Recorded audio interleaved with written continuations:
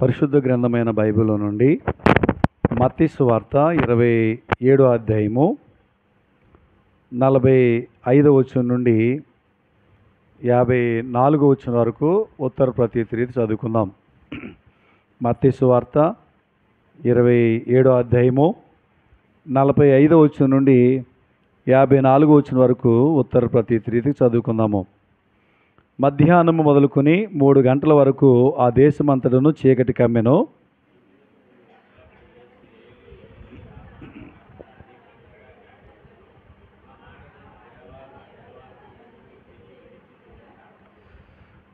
అక్కడ నిలిచి ఉన్న వారిలో కొందరు ఆ మాట విని ఇతడు ఏలియాను పిలుచున్నాడనిది.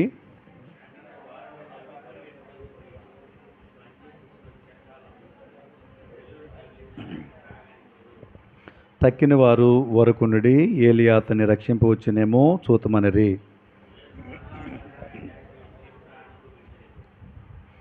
అప్పుడు దేవాలయపు తెర పైనుండి క్రింద వరకు 2గా చినిగెను, భూమి వణికెను, బండలు బద్దలాయిను.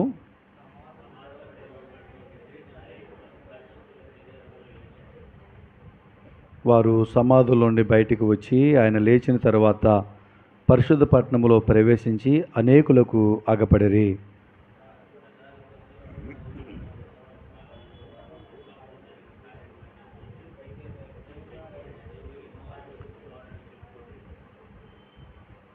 నిజముగా ఈయన దేవుని కుమారుడని చెప్పుకొనిరి. మనం చదివినటువంటి యొక్క భాగంలో ప్రభువైన యేసుక్రీస్తు వారు మానవుల యొక్క రక్షణ కొరకు పాప పరిహార్థ బలిగా శిలువ మీద తన ప్రాణమును పెట్టినప్పుడు కొన్ని అద్భుతాలు జరిగినవి. ఆ అద్భుతాలు ఇక్కడ రాయబడ్డాయి. యేసు ప్రభు యొక్క పుట్టుకే గొప్ప అద్భుతం. పాపము లేనివాడుగా కన్య మరియ గర్భంలోనికి దిగి వచ్చాడు. యేసు ప్రభు పుట్టక పూర్వమే కొన్ని వందల సంవత్సరాలకు పూర్వమే యెషయా భక్తుని తీసుకుంటే 700 సంవత్సరాలకు ప్రభు పుడతాడనగా ప్రవచనాలు రాశాడు. ఇది ఒక అద్భుతమే. యేసు ప్రభు పుట్టినప్పుడు పరలోకం నుండి దూతలు దిగి వచ్చి మరి జ్ఞానులు గొర్రెల కాపరుల దగ్గరికి వెళ్ళి వర్తమానం చెప్తూ వచ్చారు. తూర్పున ఆ యొక్క నక్షత్రం వెలిసి జ్ఞానులను తీసుకొచ్చింది. నిజంగా యేసు ప్రభు యొక్క పుట్టుక చాలా అద్భుతంతో కూడింది. అలాగే ఆయన యొక్క సేవా జీవితంలో కూడా ఎన్నో అద్భుతాలు. దెయ్యాలు పట్టిన వారిని ఆయన విడిపించారు. చనిపోయిన వారిని సైతం ఆయన సజీవునిగా లేపారు. రోగాలతో ఉన్నవారిని బాగు చేశాడు. చివరికి ఆయన మరణములో కూడా కొన్ని అద్భుతాలు జరిగినాయి. అవి ఇక్కడ రాయబడ్డాయి. యేసు ప్రభు యొక్క పుట్టుకలు అద్భుతాలే, యేసు ప్రభు యొక్క జీవితంలో సేవా జీవితంలో అద్భుతాలే, యేసు ప్రభు వారి యొక్క మరణములో అద్భుతాలు జరిగినాయి, యేసు ప్రభు వారి యొక్క పునరుత్థానంలో కూడా అద్భుతాలు జరిగినాయి.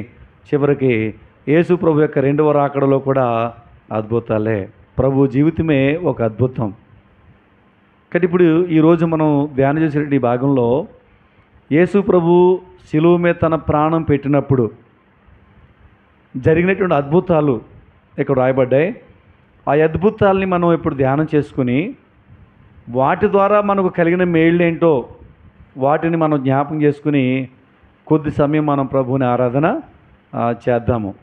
ఎన్నో కాదు, ఒక 5 అద్భుతాలు, వాటి ద్వారా మనం పొందినటువంటి 5 మేళ్ళు మీకు జ్ఞాపకం చేయడానికి ఈ భాగాన్ని ఎంచుకున్నాం. చూడండి, మత్తయి సువార్త మొదటి అధ్యాయము 27వ అధ్యాయంలో మత్తయి సువార్త 27వ అధ్యాయం 45వ వచనంలో ఈ మాట మనం చదవగలిగాం. మత్తయి సువార్త 27వ అధ్యాయం 45వ వచనంలో మధ్యాహ్నం మొదలుకొని 3 గంటల వరకు ఆ దేశమంతటను చీకటి కమ్మెను. ఇది ఒక అద్భుతం. యేసు ప్రభువుని సిలువ వేయడానికి ఆ సిలువ మీద వేలాడదీస్తే మధ్యాహ్నం 12 గంటల నుండి 3 గంటల వరకు మొత్తం దేశమంతా ఏమైపోయింది? చీకటి కమ్మింది. అంత పట్టపగలు చీకటి వస్తే ఎలా ఉంటుంది అసలు ఆలోచన చేయండి. చాలా కష్టంగానే ఉంటుంది. అయితే ఎందుకు ఇలా జరిగింది అనంటే ఆమోసు గ్రంథంలో 8వ అధ్యాయం 9వ వచనంలో 759 పేజీ చదవండి. ప్రభు అని యెహోవా సెలవిచ్చినదేమనగా, ఆ దినమున నేను మధ్యాహ్న కాలమందు సూర్యుని అస్తమింపజేయుదును, పగట వేళను భూమికి చీకటి కమ్మజేయుదును. యేసు ప్రభు జన్మించక ముందే ఈ ప్రవచనాలను రాయబడ్డాయి. యేసు ప్రభు యొక్క మరణములో ఏం జరగబోతుందో కూడా విషయాన్ని ఇక్కడ ముందుగానే ప్రవచించారు. ఏం చెప్తా ఉన్నాడు? పగటి వేళ భూమికి చీకటి కమ్ముతుంది, సూర్యుని నేను అస్తమింపచేస్తాను మధ్యాహ్న సమయంలో అని ఏ ప్రవచనం అయితే యేసుప్రభు వారి యొక్క మరణం గురించి రాయబడిందో, యేసుప్రభు వారి యొక్క మరణములో ఆ ప్రవచనం నెరవేరి ఒక అద్భుతాన్ని సృష్టించినట్లే ఇక్కడ మనము చూడగలుగుతూ ఉన్నాం. నిజమే, ప్రభు యొక్క మరణం అద్భుతమే, అదే ఇక్కడ మనం చూడగలుగుతున్నాం. ఇంకా చీకటి గురించి మనం చూడాలంటే, ఇశ్రాయేల్ ప్రజలు ఐగుప్తు దేశంలో 430 సంవత్సరాలు ఉన్నారు.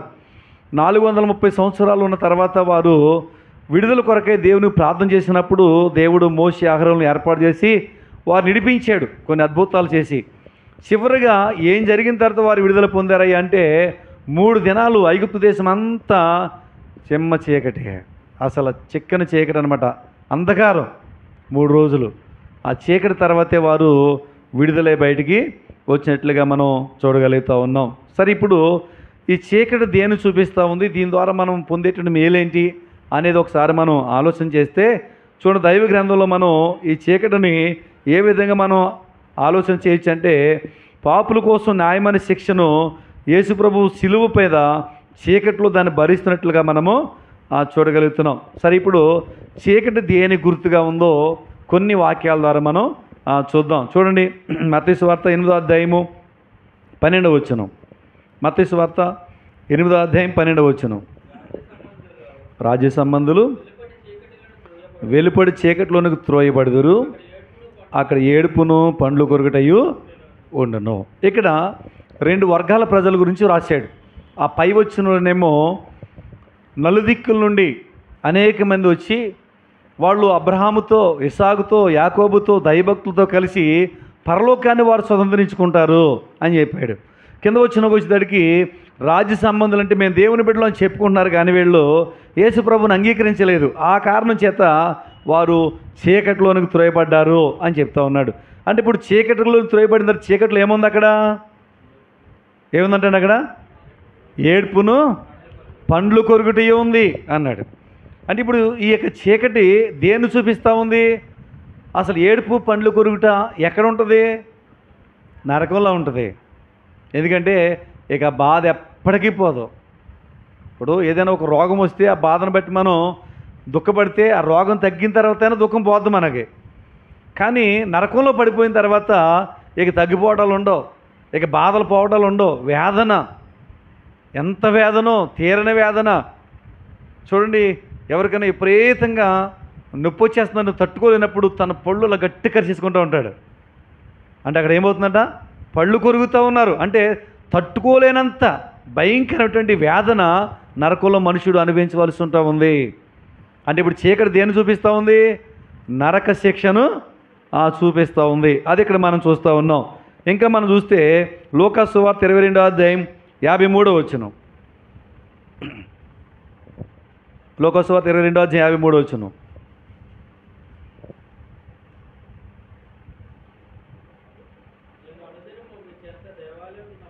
అనుదినము నేను మీ చెంత దేవాలయంలో ఉన్నప్పుడు మీరు నన్ను పట్టుకొనలేదు, అయితే ఇది మీ గడియ, అంధకార సంబంధమైన అధికారము. సరే, యేసు ప్రభువుని పట్టుకుని వెళ్ళడానికి రాత్రి సమయంలో వచ్చారు. కత్తులు, గుదియలు పట్టుకుని ప్రధాన యాజకులు, సైనికులు వీళ్ళందరూ వచ్చారు. యేసు ప్రభు అన్నారు, పట్టపగలని దేవాలయంలో సంచరిస్తూ ఉంటే, మీ ఎదురు తిరుగుతూ ఉంటే నన్ను పట్టుకోవడానికి మీరు రాలేదు, కానీ రాత్రి సమయంలో వచ్చారు పట్టుకుని వెళ్ళడానికి అని చెప్పి అక్కడ ఒక పదాన్ని వాడారు. ఇది అంధకార సంబంధమైన అధికారం. అంటే అంధకార సంబంధమైన అధికారం అంటే అపవాది యొక్క అధికారము. ఇప్పుడు చీకటి రెండవదిగా దేన్ని చూపిస్తూ ఉందంటే అపవాది అనగా సాతాను అధికారాన్ని చూపిస్తూ ఉంది. ఒకటేమో నరకాన్ని చూపిస్తుంది చీకటి, రెండోదేమో సాతాను యొక్క అధికారాన్ని చూపిస్తూ ఉంది. ఇప్పుడు ఎఫెసీ పత్రికకు రండి, 5వ అధ్యాయం 8వ వచనం. ఎఫెసీ పత్రిక 5వ అధ్యాయము 8వ వచనం.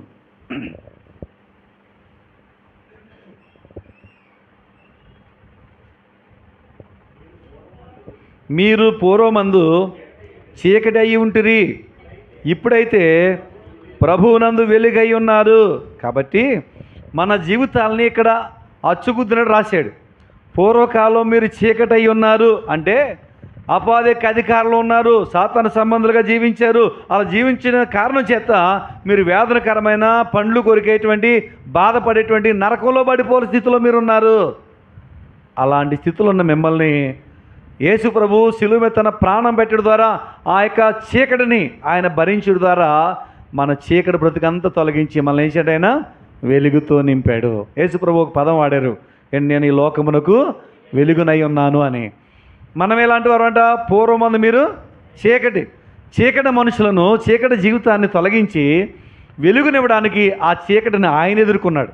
ఆ చీకటిని ఆయన భరించినట్లుగా మనము చూడగలుగుతున్నాం. కొలసీ పత్రిక 1వ అధ్యాయము 13వ వచనం తీయాలి త్వరగా. కొలసీ పత్రిక 1వ అధ్యాయం 13వ వచనం. అంధకార సంబంధమైన అధికారంలో నుండి విడుదల చేసి తాను ప్రేమించిన తన కుమారుని యొక్క రాజ్య నివాసులుగా చేశాను. ఇప్పుడు చూడండి, అంధకార సంబంధమైన అధికారంలో నుండి విడుదల చేసి, ఒకప్పుడేమో చీకట్లో ఉన్నారని చెప్పాడు, ఇంకా అంధకార సంబంధమైన అధికారులు, సాతాను అధికారులు మీరు ఉన్నారు, ఆ స్థితిలోంచి నేను మిమ్మల్ని విడిపించాను అనేటువంటి విషయాన్ని ఇక్కడ మనకు జ్ఞాపకము చేస్తాను. ఇప్పుడు మనల్ని ఏం చేశాడంటే ఆయన వెలుగు సంబంధులుగా అనగా దేవుని రాజ్య వారసులుగా చేశాడు. కానీ మొట్టమొదటి మేలు ఏంటంటే యేసు ప్రభు శిలువ మీద తన ప్రాణం పెట్టడం ద్వారా ఒక అద్భుతం జరిగింది. ఏంటి అద్భుతం అంటే పగలంతా అంటే 3 గంటల నుంచి మించి ఏమైపోయింది? చీకటి కమ్మింది. ఆ చీకటి శిలువ మీద ఆయన భరించాడు. ఈ చీకటి దేని చూపిస్తుందంటే మన పాపాన్ని, మన చీకటి జీవితాన్ని, అపవాదిక అధికారాన్ని, నరకానికి పోలే స్థితిని చూపిస్తూ ఉంది. కాబట్టి ఈ స్థితి నుంచి మనల్ని విడిపించి మన వెలుగు సంబంధులుగా, రాజ్య సంబంధులుగా ప్రభు చేసేదాని కొరకే ఆ చీకటిని ఆయన భరించాడు. కాబట్టి మొట్టమొదటి మేలు ఏంటంటే పూర్వమందు మనం చీకటి ఉన్నాం, ఇప్పుడు మన ప్రభు వెలుగు సంబంధులుగా చేశాడు. ఇది మొట్టమొదటి మేలు. ఇక రెండవది చూద్దాం. మత్తయి సువార్త 27వ అధ్యాయము 51వ వచనం. మత్తయి సువార్త 27వ అధ్యాయం 51వ వచనం. అప్పుడు దేవాలయపు తెర పైనుండి క్రింద వరకు 2గా చినిగాను. చాలండి. రెండవదిగా యేసు ప్రభు శిలువ మీద తన ప్రాణం పెట్టినప్పుడు ఏం జరిగిందయ్యా అంటే దేవాలయపు తెర ఏమైపోయిందంటే అండి పైనుండి క్రింద వరకు 2గా చినిగాను. తెర అనగా అడ్డుగోడ తొలగిపోయింది అని మనం చూస్తున్నాం. ఎందుకు అడ్డుగోడ ఏంటి అని అంటే దేవాలయాన్ని గురించి మనం జ్ఞాపకం చేసుకునే దానికంటే ముందు మరి దేవుడు చేసినటువంటి ఆదామవ్వల దగ్గరికి వెళ్దాం. వారు ఏదైనా తోటలో దేవుని దగ్గరికి వచ్చి దేవుడు వారితో ఉండటం, వీరు దేవునితో ఉండటం, వారి సంభాషణ, సహవాసం ఎంత బాగుండేదో. కానీ ఎప్పుడు వీళ్ళు ఏదైనా వారి నుండి బయటికి ఎంటే పడ్డారు? ఆజ్ఞాతిక్రమమైన పాపము చేసినప్పుడు. ఈ పాపం ఏం చేసిందంటే దేవునికి వీళ్ళకి మధ్యలో ఒక అడ్డుగోడలాగా వచ్చేసింది. అదే పాపం అనే అడ్డుతెర. రెండోది అవిధేయత అనేటువంటి అడ్డుతెర. అవిధేయత అని ఎందుకన్నానంటే దేవుడు ముందే చెప్పాడు మీరు ఆ పండు తినొద్దని. అయినా సరే తిన్నారంటే విధేయత చూపించారా, అవిధేయత చూపించారా? అవిధేయత చూపించారు. కాబట్టి పాపం అనే తెర, అవిధేయత అనే తెర ఏం చేసిందంటే వీళ్ళని దేవుడి దూరము చేసేసింది. ఆ తర్వాత ప్రజలు దేవునితో సహవాసం చేయడానికి చాలా ప్రయత్నాలు చేశారు. కానీ దేవుడు కూడా మరి ప్రజలను ఏర్పాటు చేసుకున్నాడు అబ్రహాంలో నుండి. అయినప్పటికీ దేవుడు ఒక ఆలయపు యొక్క నమూనాను మోషేకి ఇచ్చాడు. ఇదిగో నేను మీ మధ్య మరి నివసిస్తాను అని నిర్మాకాండలో అని చెప్తూ వచ్చాడు. కానీ నివసించడానికి ఏ విధంగా మందిరం నిర్మించాలో కూడా చెప్పాడు. 3 భాగాలుగా చేయమన్నాడు. ఒకటి ఆవరణం, ఈ ఆవరణలో అందరూ ఉండొచ్చు. రెండోది పరిశుద్ధమైన స్థలము. మూడోది అతి పరిశుద్ధమైన స్థలం. ఆవరణంలో సామాన్యులు ఉంటారు, బలి అర్పణ ఇవ్వడానికి ఉంటారు. అక్కడ బలిపీఠం, గంగాళం ఇవన్నీ ఆవరణలో ఉంటాయి. తర్వాత పరిశుద్ధ స్థలంలో యాజకుడు ఏం చేస్తాడంటే యాజకత్వము చేస్తాడు. ధూపవేదిక, మరి ప్రదీపం ఇవన్నీ కూడా అక్కడ ఉంటాయి. అయితే అతి పరిశుద్ధ స్థలంలో మందసం ఉంది. అక్కడికి మాత్రం యాజకులందరూ వెళ్ళరు. యాజకులందరి మీద ప్రధాన యాజకుడు ఒక ఆయన ఉంటాడు. ఆయన సంవత్సరానికి ఒకసారి మాత్రమే ప్రజలందరి పాపాల కోసం, తన పాపాల కోసం రక్తాన్ని పట్టుకుని ఆ అతి పరిశుద్ధ స్థలంలోనికి వెళ్తాడు సంవత్సరానికి ఒకసారి. మనం ఎబ్రీ పత్రికలో 9వ అధ్యాయం నుండి 9వ అధ్యాయంలో 6వ వచనం నుంచి 8వ వచనం వరకు ఆ మాటలు చదవగలం. టైం అయిపోతుంది, రెఫరెన్స్ చెప్పలే. సరే, ఇప్పుడు వెళ్ళిన తర్వాత ఒకవేళ ఆయన కానీ అక్కడికి వెళ్ళిన తర్వాత తన పాపస్థితిని బట్టి మరణించాడు అనుకోండి, తీసుకురావడానికి ఎవరైనా వెళ్తే వాళ్ళు ఏమైపోతారు? వాళ్ళు చచ్చిపోతారు. అతి పరిశుద్ధ స్థలం అంత భయంకరమైంది, సామాన్యులు అడుగుపెట్టడానికి అవకాశము లేదు. అందుకని తన పాపం కొరకు కూడా రక్తాన్ని పట్టుకెళ్ళాలి. అందుకే పూర్వకాలం యాజకులు ఎలా ఉండారంటే ఒక నిలువుటి అంగి వేసేవారు.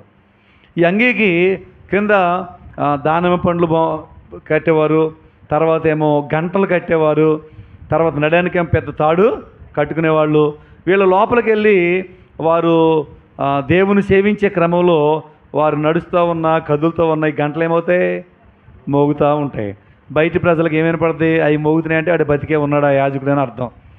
ఆ మోగడం ఆగిపోయింది అనుకోండి, కాసేపు కనిపెడతారు, శబ్దం రాకపోతే ఇక యాజకుడు ఏదో తప్పు చేశాడు, ప్రధాన యాజకుడు దేవుడు మొత్తాడని అనుకుంటారు.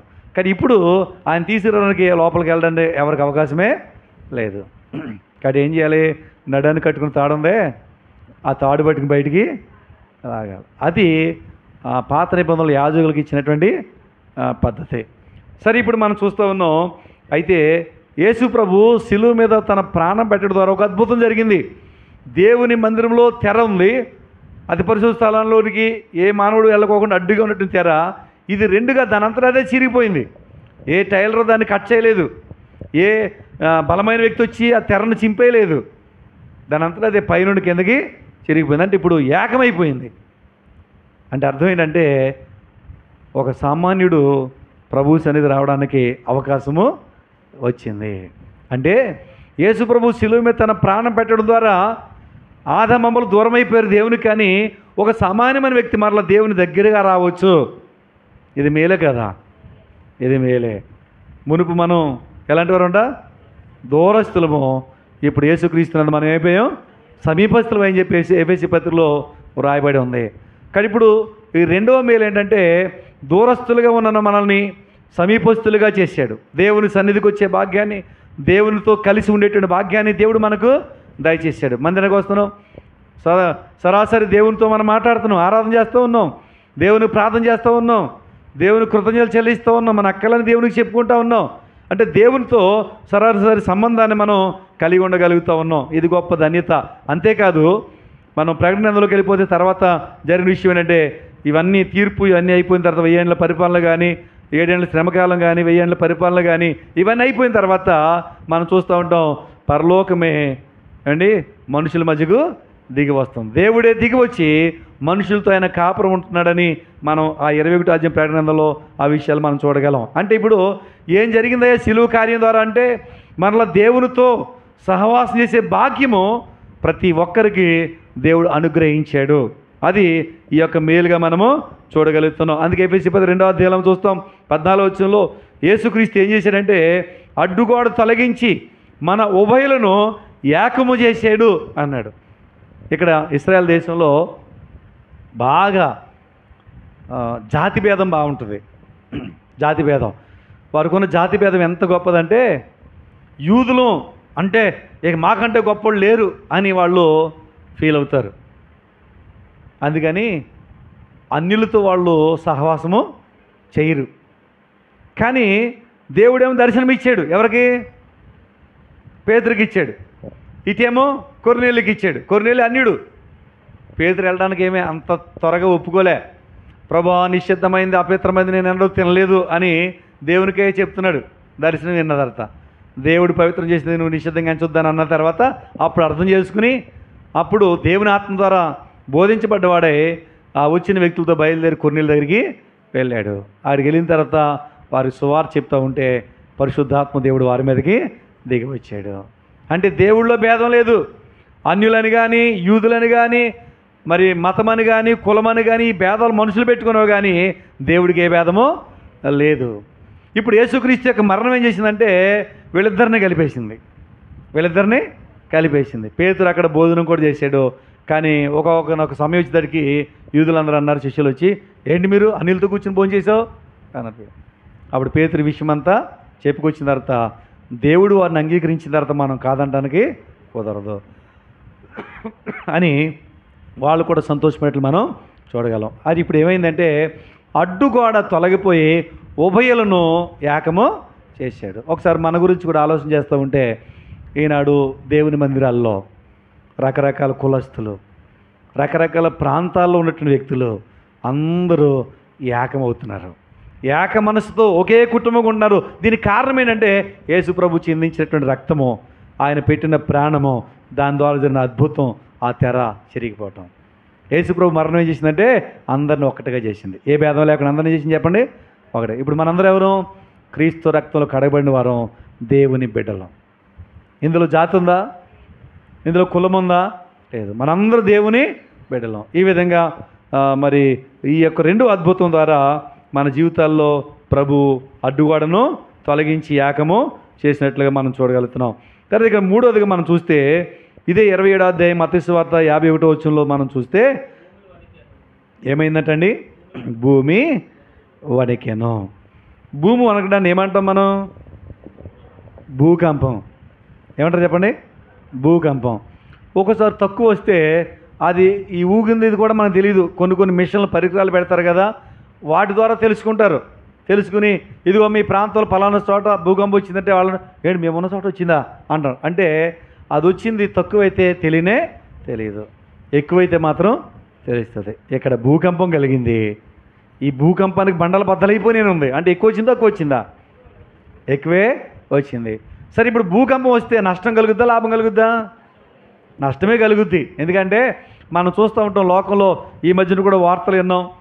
ఆ పక్క దేశాల్లో, ఆ పక్క రాష్ట్రాల్లో అక్కడక్కడక్కడ ఎలాంటి భూకంపాలు వచ్చినాయో, ఎన్ని అపార్ట్మెంట్లు కూలిపోయినాయో, ఎన్ని బ్రిడ్జీలు కూలిపోయినాయో, ఎన్ని దారులు కట్ అయిపోయినాయో, ఎంతమంది మనుషులు చచ్చిపోయారో, ఈ వార్తలన్నీ వింటున్నప్పుడు భూకంపం వల్ల ఎంత నష్టమో మనం చూసినప్పుడు చాలా భయపడుతున్నాం. కానీ ఇక్కడ భూకంపం వచ్చింది, ఏ మనిషి చచ్చిపోలే. ఇక్కడ భూకంపం వచ్చింది, ఏ మనిషి చనిపోలే. అయితే ఇప్పుడు ఈ భూకంపం అనేటువంటి ఈ అద్భుతం ద్వారా మనకు కలిగిన మేలేంటి అని అంటే, మనం ఒకసారి లేఖనాన్ని పరిశీలన చేస్తే అపోస్తలుల గ్రంథం 16వ అధ్యాయంలో పౌలు శీలలు దేవుని యొక్క వాక్యాన్ని వారు బోధిస్తే వారిని తీసుకెళ్ళి చెరసాల్లో వేసారు. ఎక్కడ వేసారు చెప్పండి? చెరసాల్లో వేసారు.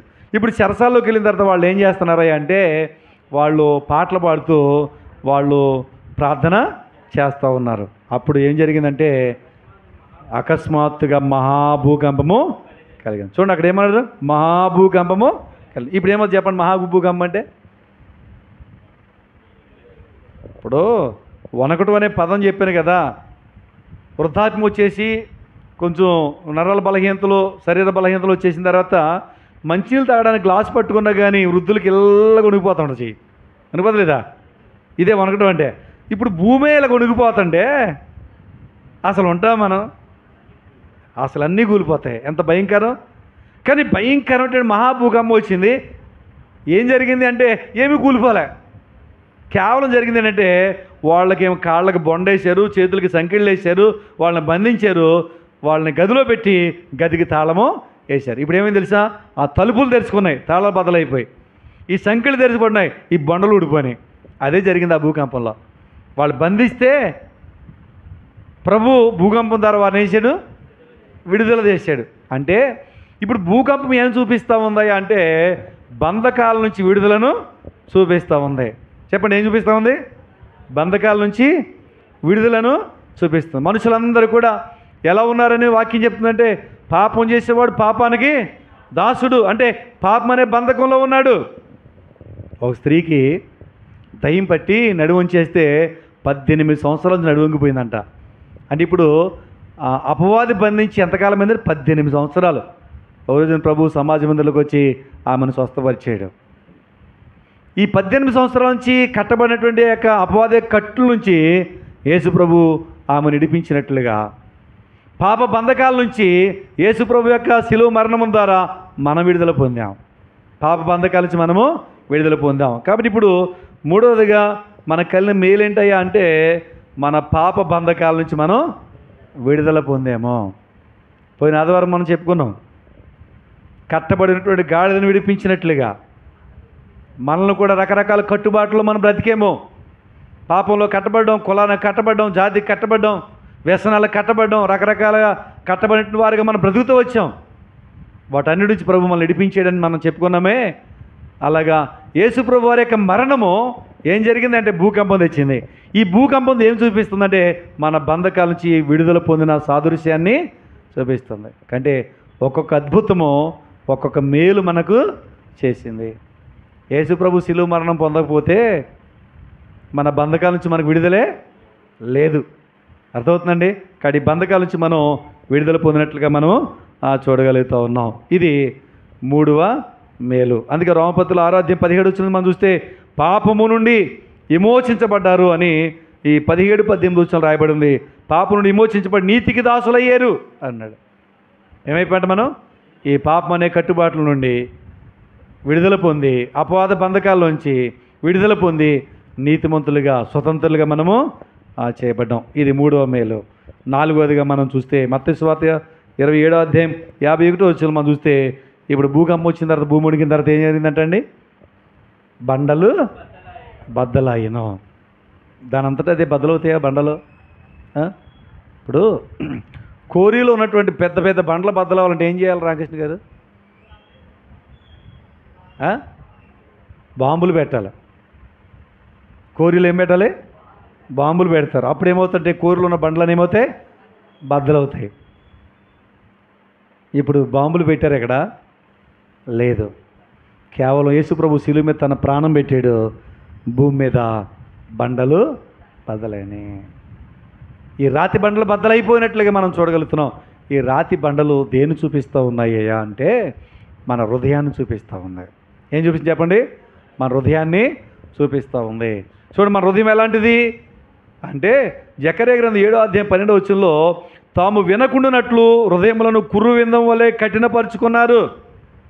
అంటే ఒక బండరాయిలాగా కఠినపరుచుకున్నారు. కురువిందం అంటే హృదయాలు ఎలా ఉన్నాయంటే రాతి బండల్లా ఉన్నాయి. అందుకే ఎంత సువార్త చెప్పండి ఎక్కదో, ఎన్ని మంచి మాటలు చెప్పండి ఎక్కదో, ఈ లోక సంబంధమైన మాటలు ఏదైనా చెప్పండి త్వరగా ఎక్కేద్ది. అంటే హృదయం ఏమైపోయిందంటే కురువిందం అంటే గట్టి రాయిలాగా అయిపోయిందనమాట. ఇది మానవ యొక్క హృదయం. ఈ హృదయం అలాగే ఉంటే ఆ మానవుడు రక్షణ లేదు, శిలువ కార్యం ఎంత జరిగినా సరే. అందుకని ఆ హృదయాన్ని ప్రభు మార్చాలి. చూడండి, దేవుని యొక్క వాక్యలు మనం చూడగలిగితే హెజ్కేలు గ్రంథం 11:19 వచనంలో ఆయన ఒక మాటను, రాతి గుండె తీసివేసి వారికి మాంసపు గుండెనిచ్చి వారికి ఏక మనసు కలగజేస్తానన్నాడు. మనుషుని యొక్క గుండె రాతి గుండె లాంటిదంట. దాన్ని తొలగించి ఏం చేస్తాడు? మాంసపు గుండె అంటే మెత్తని గుండె ఆయన ఇచ్చి ఏక మనసు కలగజేస్తాడు. అంటే ఇప్పుడు ఏమైందంటే ఈ రాతి గుండె పోవడం ద్వారా, ఈ మాంసపు గుండె రావడం ద్వారా మనుషుల్లో వచ్చిన మార్పు ఏంటంటే ఏక మనసు. ఇంతకుముందు ఉందా అలాంటి మనసు? ఒక్కొక్కరికి ఒక ఆలోచన, ఒక్కొక్కరిది ఒక పద్ధతి. నా మార్గం నాకు ఉంది, నా మతం నాకు ఉంది, నా కులం నాకు ఉంది, నా గోత్రం నాకు ఉంది, నా జాతి నాకు ఉంది, నా ఇష్టం నాకు ఉంది. ఎవరు ఆలోచనలో వెళ్ళిపోతూ వచ్చారు ఈ లోకంలో. ఏక మనసు అనేది లోకంలో ఒక్కరికి లేదు. అయితే యేసు ప్రభు సర్వమానవాళి కొరకు శిలువ తన ప్రాణం పెట్టడం ద్వారా ఈ రాతిగుండు తొలగించి వారికి ఏక మనసును కలగజేశాడు. ఇది ఎంత గొప్ప కార్యమో మనం చూస్తూ ఉన్నాం. ఇంకా మనం చూస్తే హెజ్కేలు గ్రంథంలో 36:26 వచనంలో రాతి గుండె మీలో నుండి తీసివేసి మాంసపు గుండెని ఇచ్చేదను, దీనివల్ల ఏం జరుగుతుందంటే నూతన స్వభావాన్ని వారు కలగజేస్తానన్నాడు. రెండవదిగా ఈ మాంసపు గుండె ఇవ్వడం ద్వారా రాతి గుండె తొలగించడం ద్వారా ఏం జరిగిందంటే నూతన స్వభావము. సాధారణంగా మానవ యొక్క స్వభావం ఎలాంటిది? పాపపు పుట్టుకతోటి స్వభావంలో పాపం ఉంది. అందుకే మనిషి యొక్క స్వభావాన్ని బట్టి కక్షలు, అసూయ, ద్వేషం, పగ, రకరకాల పాపము, దురలవాట్లు, లోక సంబంధమైన జీవితము, వీటన్నిటి కారణం ఏంటంటే మానవ యొక్క స్వభావమే పాపం. కాబట్టి ఈ రాతిగుండు తొలగించి స్వభావంలో మార్పు తెచ్చాడు. ఇది యేసు ప్రభు యొక్క శిలువ కార్యం ద్వారా జరిగినటువంటి 4వ మేలుగా మనం ఇక్కడ చూడగలుగుతూ ఉన్నాం. రాతి బండను పగలగొట్టి, రాతి గుండెను బద్దలగొట్టి, మాంసపు గుండెను అనగా నూతన స్వభావమును ఏక మనస్సును దేవుడు మనకు కలగజేసేది. ఇది 4వ మేలు. 5వ చూద్దాం. మత్తయి సువార్త 27:52 వచనంలో సమాధులు తెరబడెను. ఏమైనా ఏంటండి సమాధులు? ఎప్పుడు? యేసు ప్రభు శిలువ వేయబడినప్పుడు జరిగినటువంటి అద్భుతమైన కార్యాలు ఇవి. సమాధి దేన్ని చూపిస్తూ ఉంది? ఆ సమాధులు ఎవరిని పెడతారు? అది సగం మంది చెప్తున్నారు, ఉన్న సగం మంది అలాగే చూస్తున్నారు. అంటే సమాధులు ఎవరిని పెడతారు కూడా తెలీదా? చనిపోయిన వారిని పెడతారు, అంతే. బతికిన వాళ్ళని పెడతారా? చనిపోయిన వాళ్ళని పెడతారు. అంటే సమాధి మరణాన్ని చూపిస్తుంది. తెరబడింది ఏం చూపిస్తూ ఉంది అండి? జీవాన్ని చూపిస్తూ ఉంది. ఒక రోజున ప్రభు వస్తాడు. ప్రభు వచ్చినప్పుడు ఏమండి సమాధుల్లో నుండి ఏమవుతారంట? లేపబడతారా. అంటే ఇప్పుడు సమాధులు తెరవబడడం ఏం చూపిస్తుందంటే పునరుత్థానాన్ని, జీవాన్ని చూపిస్తూ ఉంది. అంటే యేసు ప్రభు శిలువ మరణం పొందడం ద్వారా ఏం జరిగిందంటే మన మరణమును ఆయన జీవంగా మార్చాడు. అర్థమవుతుందా మీకు? మన మరణమును ఆయన జీవంగా మార్చాడు. బైబిల్ చెప్తోంది పాపములో జీతము మరణం. అంటే నిత్యమైన మరణం, నరకానికి పోవాల్సిన మనం. అయితే యేసు ప్రభు ఆ మరణాన్ని ఆయన పొందడం ద్వారా మనకు జీవాన్ని ఇచ్చాడు. చూడండి, యోహాను రాసిన మొదటి పత్రికలో 3:14 మనం చూస్తే మరణములో నుండి జీవంలోనికి దాటి ఉన్నాము అన్నాడు. ఎక్కడ దాటామంటండి? మరణములో నుండి జీవంలోనికి దాటి ఉన్నాం. ఈ పదం దగ్గర ఒకసారి మనం ఆలోచన చేస్తూ ఉంటే మనం చూడొచ్చు. లోకసువార్త 16వ అధ్యాయంలో చెప్తాడు కదా ప్రభు. ఏం చెప్పాడంటే ధనవంతుడి గురించి, లాజరు గురించి చెప్పిన తర్వాత అబ్రహాము రొమ్మున లాజరు చనిపోయిన తర్వాత ఉన్నాడు. ధనవంతుడేమో తన పాపస్థితిని బట్టి ఆ యొక్క పాతాళంలో పడిపోయాడు, వేదనకర స్థలంలో ఉన్నాడు. ఈ పాతాళంలో ఒక పక్కేమో అబ్రహాము, లాజరు నెమ్మది పొందే స్థలంలో ఉన్నారు.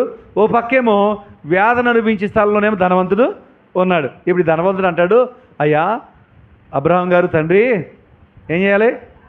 ఆ లాజరు చిటికిన వేళ్ళు నీళ్ళలో ముంచి కనీసం అదన్న పంపించండి, నాలిక పెడసగట్టిపోతుంది అని అడిగాడు. అప్పుడు అబ్రహాం అన్నాడు, అక్కడున్న వాళ్ళు ఎక్కడికి కానీ, ఎక్కడున్న వాళ్ళు అక్కడ కానీ దాటి జాలపోకున్నట్లు మధ్యలో మహా అగాధము ఉంది. ఆలోచన చేయండి. నరక పాత్రులైనటువంటి వారు, నరకానికి పోయినటువంటి వ్యక్తులు, వారు దాన్ని దాటి పరలోకానికి వచ్చే చాయిస్ లేదు. మనం కూడా ధనవంతులు లాంటి వారమే. మనం కూడా లోకంలో పాపలు కొట్టిమిట్లాడుతున్న వారమే. అన్ని జనాంగమే, లోక సంబంధాలుగా జీవించిన వారమే. అయితే దాటే అవకాశమే లేదు. కానీ యేసు ప్రభు వచ్చి తన శిలువ మరణం పొందడం ద్వారా ఇప్పుడు ఏం చేయాలి తెలుసా? మన మరణములో నుండి జీవంలోనికి మనం దాటే కృపను దేవుడు ఇచ్చాడు. నిజంగా ఎంత ధన్యత అండి ఇది. అసాధ్యమైన దాన్ని దేవుడు సాధ్యము చేశాడు. నీ నా రక్షణ కొరకు, మనం నిత్యము బ్రతికుండాలని, పరలోకంలో ఉండాలని చెప్పి మన కొరకు ఇంత గొప్ప త్యాగము ఆయన చేసినట్లు ఇక్కడ మనము చూడగలుగుతూ ఉన్నాం. ఇంకా మనం చూస్తే యోహాను సువార్తలో 5వ అధ్యాయంలో 24వ వచనంలో అక్కడ ఉన్నాడు. చదవండి, యోహాను సువార్త 5వ అధ్యాయం 24వ వచనం. నా మాట విని నన్ను పంపిన వాని యందు విశ్వాసం ఉంచువాడు నిత్య జీవం గలవాడు. వాడు తీర్పులోనికి రాక మరణములో నుండి జీవంలోనికి దాటి ఉన్నాడు. ఏమేడంటే మనుషుడు దేవుని మాట విని యేసుప్రభుని విశ్వాసం ఉంచి తన పాపములను ఒప్పుకుని రక్షించబడిన విశ్వాసం ఏమయ్యాడా అండి? ఇప్పుడు మరణములో నుండి జీవంలోనికి దాటి ఉన్నాడు. కాబట్టి ఇప్పుడు సమాధులు తెరవబడటం ఈ అద్భుతం ద్వారా మనకు కలిగిన మేలు ఏంటంటే మన మరణమును జీవంగా మార్చాడు. ఇంకా మనకు బాగా అర్థం కావాలంటే నిత్య జీవం ఇచ్చాడు. ఏమి ఇచ్చాడు చెప్పండి? ఇక దీనికన్నా అద్భుతమైనది ఇంకేదైనా ఉందంటారా? చాలామంది ఎందుకు వెళ్తున్నాం యేసుప్రభు దగ్గరికి, ఆయన సన్నిధికి వెళ్తున్నాం అంటే తలపోటు తగ్గితే వెళ్తున్నాను కొంతమంది అంటారు. కొంతమంది అంటే మోకాళ్ళు నొప్పులు తగ్గుతాయని వెళ్తున్నారు కొంతమంది. అసలు వీటి కోసం వీటి కోసం కూడా హాస్పిటల్ ఉన్న దేవుడే ఇచ్చాడు వైద్యం, దేవుడే ఇచ్చాడు మెడిసిన్ అంతా. మానవుడు కావాల్సిన జ్ఞానము, ఇంత డెవలప్మెంట్ దేవుడే ఇచ్చాడు. ఈ లోకంలో చాలా ఉన్నాయి. వీటి కోసం కాదు మనం రావాల్సిన ప్రభు దగ్గరికి, వీటి కోసం కాదు. లోకంలో ఎక్కడా దొరకంది నిత్య జీవం ప్రభుని యేసుక్రీస్తు దగ్గర మాత్రమే దొరుకుతుంది. దానికోసం ప్రభు దగ్గర మనం రావాలి. అది ఇవ్వడం కోసమే ప్రభు మరణమును ఆయన ఎదుర్కొని మనకు జీవాన్ని ఆయన ఇచ్చాడు. అది ఇక్కడ మనము చూడగలుగుతూ ఉన్నాం. కాబట్టి 5 మేళ్ళు చెప్పుకున్నాం. ఈ అద్భుతాల ద్వారా మనకు కలిగిన 5 మేళ్ళు జ్ఞాపకం చేసుకుని ప్రభువుని మనం ఆరాధన చేసుకోవాల్సిన వారంగా ఉన్నాం. అయితే 2 పనులు చేయాలి. మనం వాక్యమైన మనం 2 పనులు చేయాలి. ఏంటి పని అంటే చూడండి ఒకసారి 53వ వచనంలో వారు సమాధుల నుండి బయటికి వచ్చి ఆయన లేచిన తర్వాత పరిశుద్ధ పట్టణంలో ప్రవేశించి అనేకులకు ఆగపడరి. అంటే సమాధుల్లోంచి బయటకు వచ్చిన వాళ్ళు ఏం చేశారంటండి? అనేకులకు ఆగపడరి. అంటే తమను తాము కనపరుచుకున్నారు. ఇదిగో మేము లేచాం, ప్రభు లేచాడు మేము లేచాం అన్నట్టుగా వారు తమ్మును కనపరుచుకున్నారు. అంటే ఇప్పుడు మనం చేయవలసిన పని ఏంటంటే మనకు నిరీక్షణ ఉంది. ఒక రోజున మనం లేపబడతాం, ప్రభు సన్నిధిలో ఉంటామనే నిరీక్షణ యేసుక్రీస్తు ప్రభువునందు మనం కలిగి ఉన్నాం. కాబట్టి ఇప్పుడు మనం చేయవలసింది ఏంటంటే లోకానికి మనం కనపరుచుకోవాలి. రహస్య క్రైస్తవులుగా జీవించగా పొందిన మేలును అనేకులు ప్రకటించేటి వారుగా, నేనే సాక్షి, నా ప్రభు నా జీవితాన్ని మార్చాడు అని అగపరుచుకునే వారుగా, మనం కనపరుచుకునే వారుగా, ఇతరులకు సాక్షి మరియు సువార్త చెప్పేటిన వారుగా మనం ఉండాలి. రెండోది, పొందిన మేళ్ళని బట్టి ప్రభును స్తుతించే వారుగా మనం ఉండాలి. ప్రభును ఆరాధించేటిన వారుగా మనం ఉండాలని నేర్చుకుంటూ ఉన్నాం. ఇక్కడ ఒకసారి 5 మేళ్ళు మీరు జ్ఞాపకం చేయండి, నేను ముగిస్తాను. మొట్టమొదటిది ఏంటి? చీకటి ప్రజలైన మనల్ని వెలుగు సంబంధులుగా చేశాడు. రెండోది,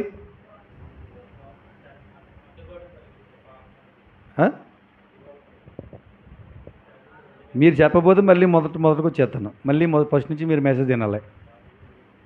రాత్రి 1 గంట అయినా సరే విని వెళ్ళవలసిందే. చెప్పండి. సమీపస్తులుగా చేశాడు, అప్పుడే రాతిగుండ దగ్గరికి వెళ్ళిపోయాడు ఆయన. రెండోది ఏంటి మీరు చెప్పారా? Very good. అంటే చదువుకున్న వాళ్ళకన్నా చదువులేని వాళ్ళే బాగా గుర్తుపెట్టుకుంటున్నారు. కాబట్టి ఈ తెర 2గా చినిగిపోవడం ద్వారా దేవుని సమీపస్తులుగా మనం చేయబడ్డాం. మూడోది